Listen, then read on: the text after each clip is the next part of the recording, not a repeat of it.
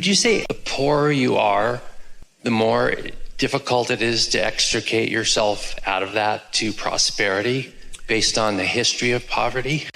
Yes, but only because your attention to what is often becomes your dominant vibration. So actually, the opposite of that could be true if you understood these laws, because the poorer you are, the greater the vortex of prosperity that you've created, because you've been asking in a stronger way and in a more often way.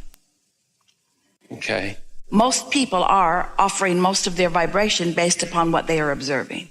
Right, and I've heard you say money is one of the more difficult ones about telling a new story about. It's pervasive, it's in your experience. Sort of like your body, it goes everywhere you go nearly. Yeah, you say it's hard and then you move on. So Yeah.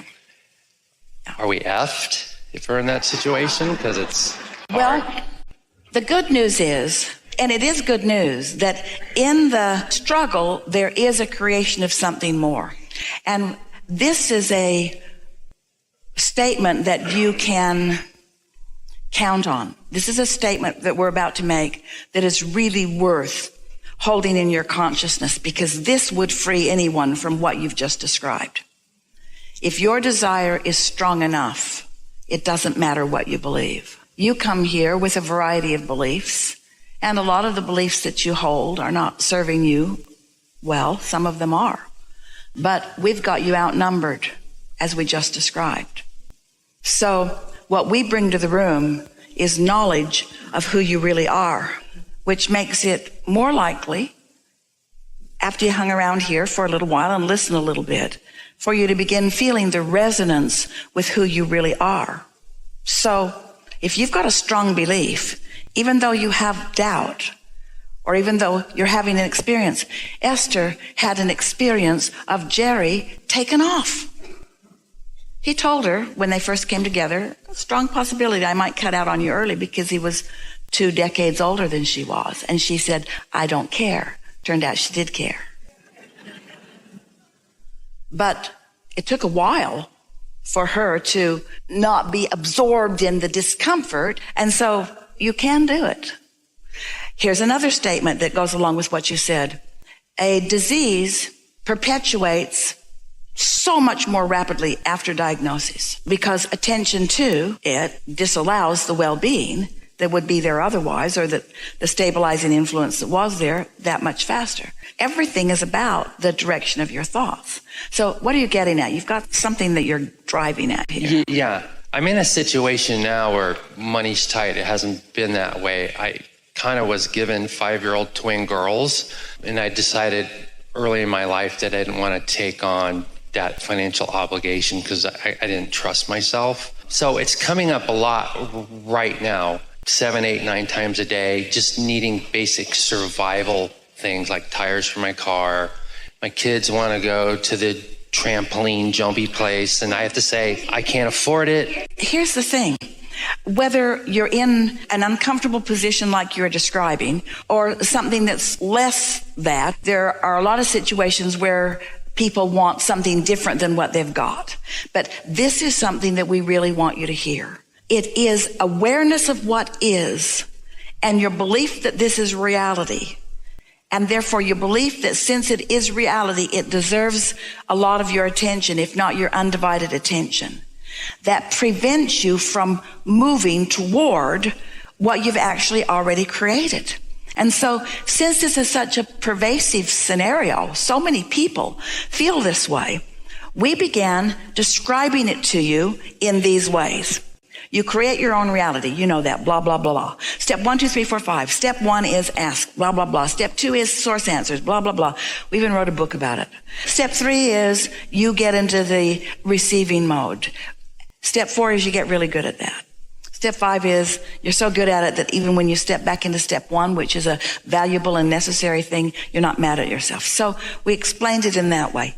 Then we are aware that still these are just words to so many people, because what is in their life is still controlling what they are offering vibrationally. So then we began saying, you really want to tell a new story. You want to tell the story the way you want it to be, not the way that it is. But even with that, most people are just offering lip service. They're saying what they want while they're feeling what they don't have. In fact, they're saying what they want because they're trying to overcome what they don't have. Well, anytime you're trying to overcome what you don't have, you've just activated the vibration of where you are. So the now reality keeps dominating. So then we say to you, your now reality, what you call this manifestation or this now, is old news. It's like gum you've chewed all the flavor out of. It's old news. It's already done. Then we started to get some of your attention. It's really not the present tense. What is the present tense is this vibrational reality. Well, that was sort of hard for you to accept. So we began really talking about this vortex of creation, this vibrational reality. We gave it the name vortex. We wrote 2 books about this vortex. Want you to understand that this is real. Hard for you to accept that something that you can't see and hear and smell and taste and touch is real. But it is. We know that it is, but words don't teach. So we can talk about your vortex all day long, but until you sense that it is there, so then we're still looking for a way for you to accept the reality, this reality. So there's this reality where your inner being is, and there's this reality where you are. And the reality where you are has to do a little blending with this reality in order to let these, and then the words came from Jerry, turning thoughts to things. How do thoughts turn to things anyway? There are no pipelines bringing supplies in from other planets. Your economy and its evolution has been about your turning thoughts to things. And so then we began to explain to you that you've got this vibrational reality. Oh, it's pure positive energy. And it contains everything that you want, even things that you can't even identify that you want because the components of it are so expansive, and the possibility of the exponential combining of them is more than your mind can even comprehend. This vortex exists on a vibrational level, and it is coded to you through your vibrational association with it. You created it. It will always be yours. It's the other end of your lackful stick. It is for you.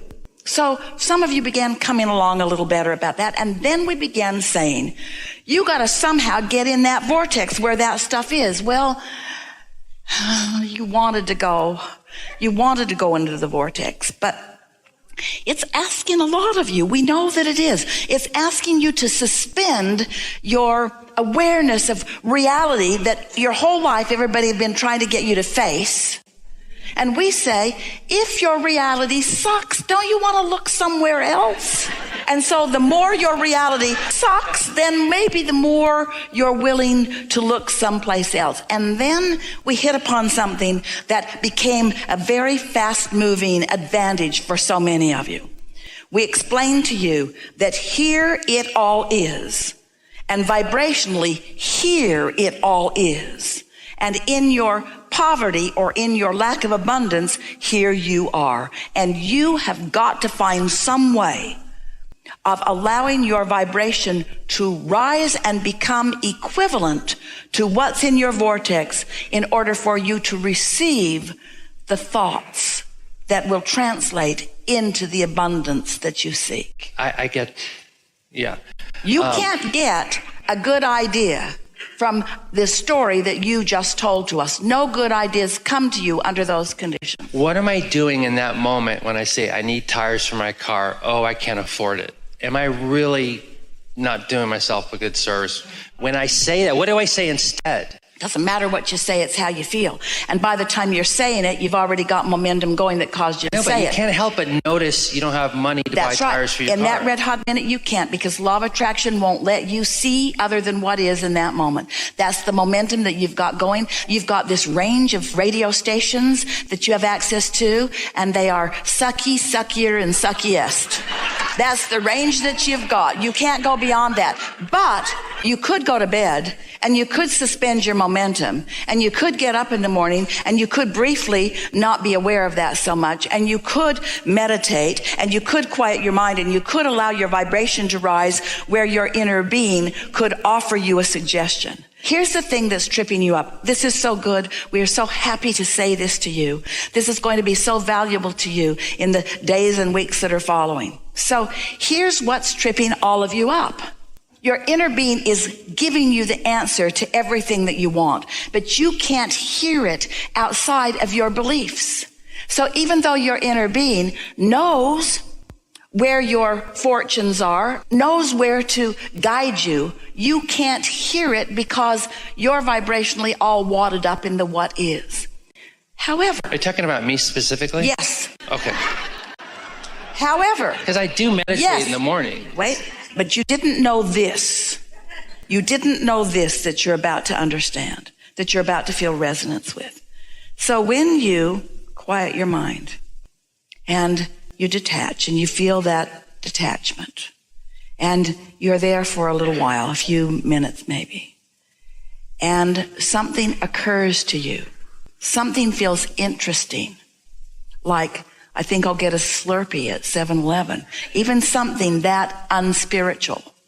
I get those impulse. When you follow it and when you consistently follow it, before long, those impulses are going to turn into something tangible enough that you can realize that you were receiving guidance that was guiding you in the best way that you could receive it toward the ideas that will blossom into the things that you are wanting. So in that moment when I notice I can't afford something, don't worry about it. Yes, of course, that's what we recommend, but we would be recommending something impossible. That's like saying your train's going 100 miles an hour in the direction you don't want to go, and all of a sudden just stop the momentum. Well, you're not going to stop the momentum. You're not going to stop the momentum of that. The only way you can turn that momentum around quickly is to fall off a cliff. We're not kidding. If you were to fall off a cliff, that happens really fast. We're not making fun of anything. But you would, in that, what you call death experience, you would suspend that lackful thought and you would swoop into the fullness of who you are. That's a quantum leap most of you don't want to take. And so a kinder, gentler way to go about it is to just allow yourself to take a nap, go to sleep, change the subject. Accept what is, satisfaction with what is. Just do your best to say, well, here it is, and things are working out for me, and I can't see how they're working out for me, but I want to believe that they're working out for me, and maybe they are working out for me. And I do like the idea that there are two ends of the stick, and that all of this uncomfortable experience that I've had has accomplished something. Maybe there is a vibrational reality. It could be that Abraham really knows something about that, and maybe I can find my way to that. And what's my path of least resistance to the state of vibrational beingness that would allow me to be the receiver? You have to find a way to allow yourself to be the receiver. And there's lots of things that you think you wanted. Inheritance would be nice, but my family didn't set me up for that. And the lottery would be nice, but I know the odds too much, and so I'm blocking that. And this could happen, and this could happen, but. But there are so many other ways through which it can come. We are appreciating this conversation so much because you're hitting upon something that so many people feel. You cannot face a reality that doesn't please you and be in that moment allowing the one that does. And so this is what we really want you to hear, because you heard something from us earlier. You heard us say, and we felt you feel the resonance with us when you heard it. And that was, your inner being never looks back. Your inner being never looks back. Did you hear it? And did you sort of kind of understand it and believe it? Your inner being never looks back. Now hear this. We have not said this before. It's your doing that has accomplished this statement, and it matters a lot. And we're all really appreciative that you've prodded us into this statement that is beneficial to the entire universe as you hear it and take it home with you and know it. What you call now reality is looking back. Because the manifestation has already taken place.